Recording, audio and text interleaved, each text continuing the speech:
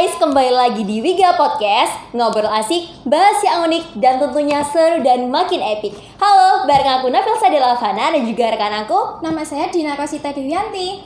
Kami sebagai host pada Wiga Podcast Season 2 episode 4 kali ini.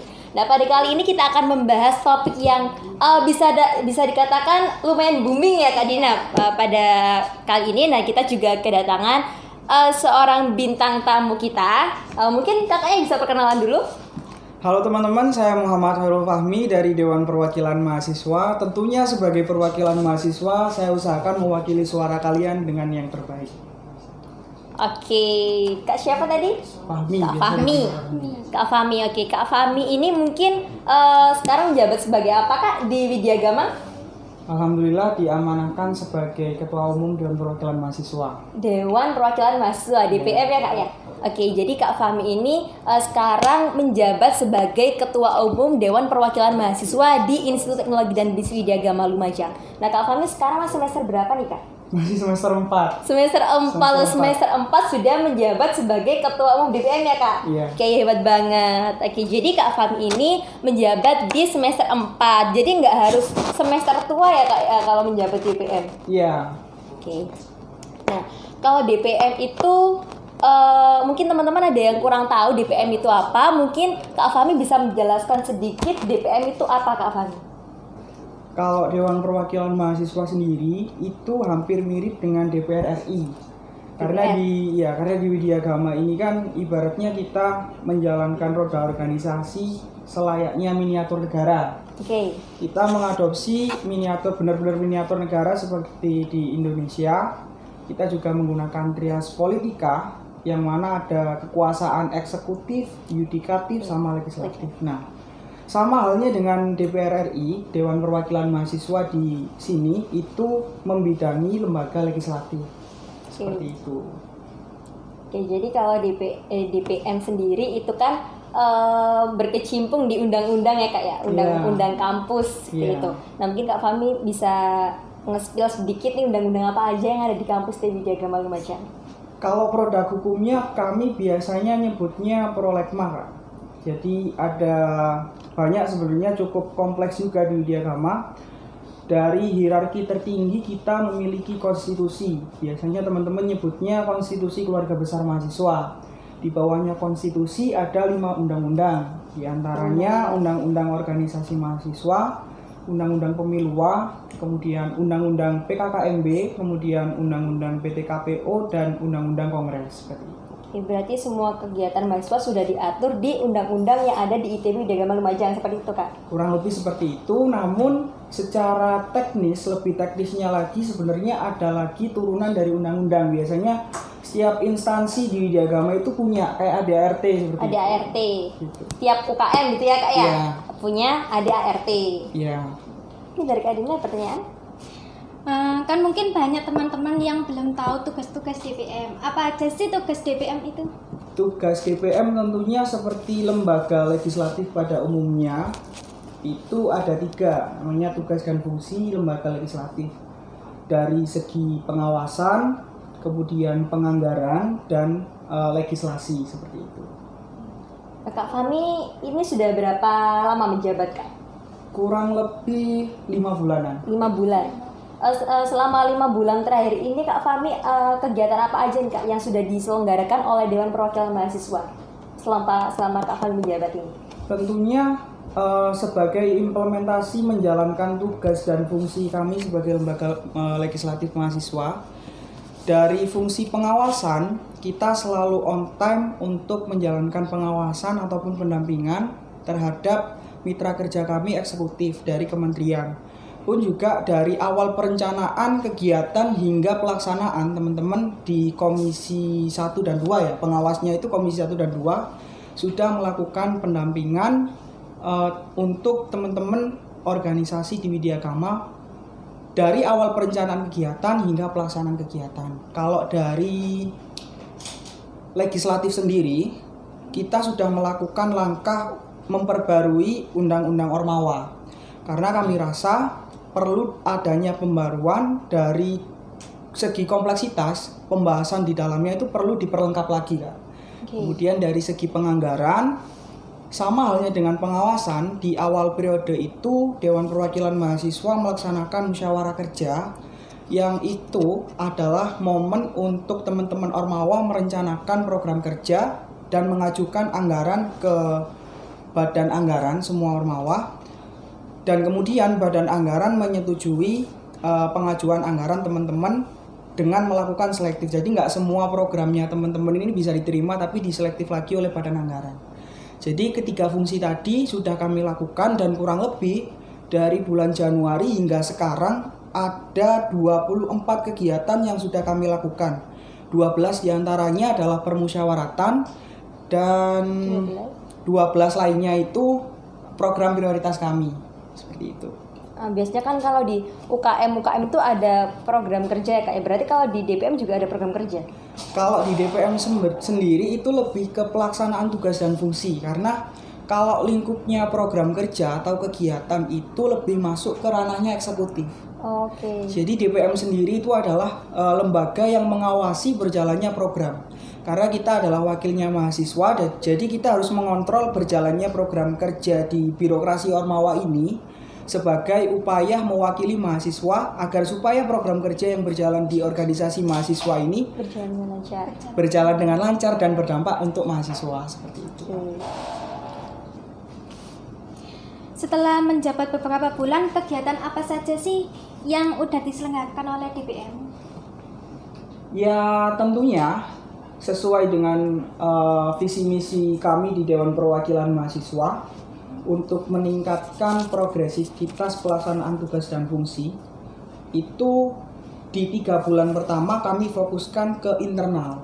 Jadi peningkatan kapasitasnya teman-teman Dewan Perwakilan Mahasiswa, karena memang mungkin di periode sekarang ada fungsionaris yang sudah menjabat di periode kemarin kemudian melanjutkan ke sekarang, tapi juga banyak teman-teman yang baru untuk menduduki kursi sebagai anggota DPM. Nah, maka dari itu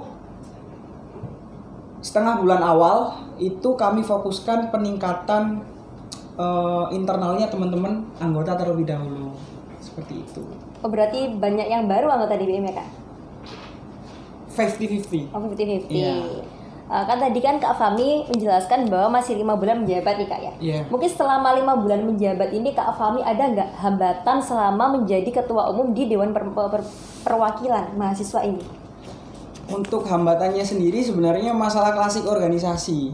Oke. Lingkupnya mungkin hanya komunikasi, kemudian ya ini masalah klasik seperti itulah. Kalau ada hambatan ataupun permasalahan di internal gitu ya Kak. Gimana caranya Kak Fahmi untuk menyelesaikan hambatan-hambatan itu? Tentunya masalah itu muncul karena ketidakpahaman. Oke. Nah, itu yang kami antisipasi dari awal kita menjabat. Jadi segala sesuatu dari awal hingga akhir di Dewan Perwakilan Mahasiswa ini sudah ada perencanaannya untuk mengantisipasi masalah itu terjadi. Jadi ibaratnya kita sudah siaga sebelum masalah itu terjadi. Apabila masalah itu terjadi, kita sudah memiliki planning. Oh, ini solusinya seperti ini. Sudah disiapkan dulu ya Kak? Sudah. Oke.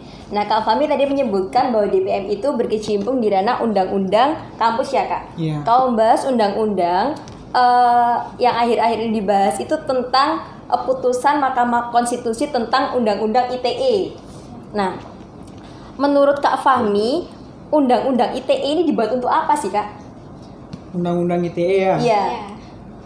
UU ITE atau Undang-Undang Informasi dan Transaksi Elektronik, kalau kita melihat dari latar belakangnya itu sudah dilakukan 2 kali perubahan. Undang-Undang ITE ini sebenarnya adalah Undang-Undang nomor 11 tahun 2008 kalau nggak salah.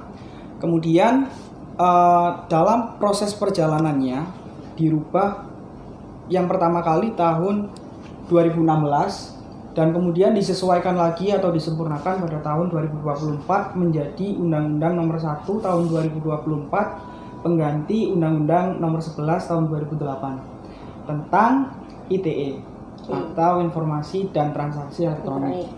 Untuk kegunaannya sendiri ya, karena di Indonesia ini di dalam konstitusi pasal 28E ayat 3 itu menyebutkan bahwa masyarakat Indonesia itu bebas dalam berekspresi maupun berserikat.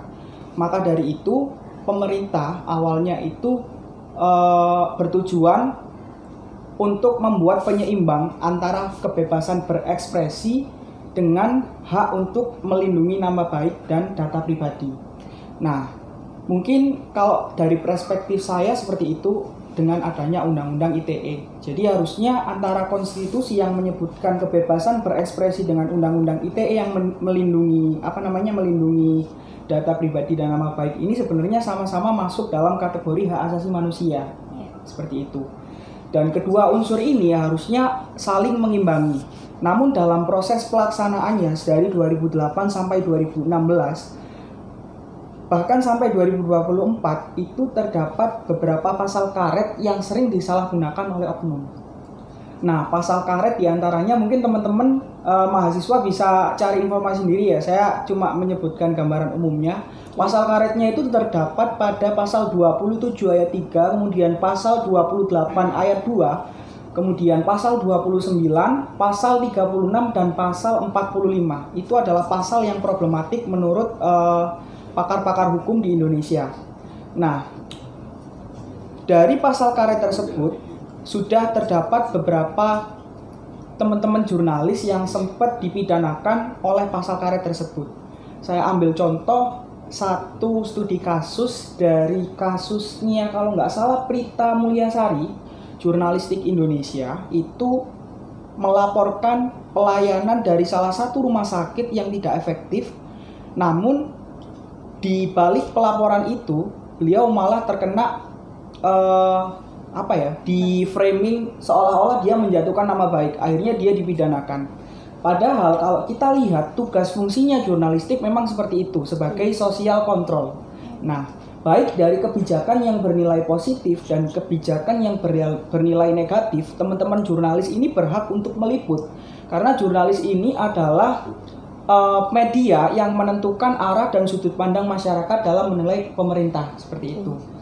Kan juga gimana ya kalau misalkan pemerintah atau instansi tertentu membuat kebijakan yang bakal dinikmati masyarakat namun tidak transparan, seperti itu kan. Kemudian dari beberapa kasus tersebut kemudian muncullah gugatan ke Mahkamah Konstitusi untuk melakukan peninjauan kembali terhadap Undang-Undang ITE tersebut. Dan tahun 2024 ini dikabulkanlah gugatan itu, dan akhirnya undang-undang yang mengandung pasal karet itu lebih didefinisikan lagi, dan penerapannya hingga saat ini mungkin bisa membantu teman-teman jurnalistik juga untuk melaksanakan tugasnya sebagai social control.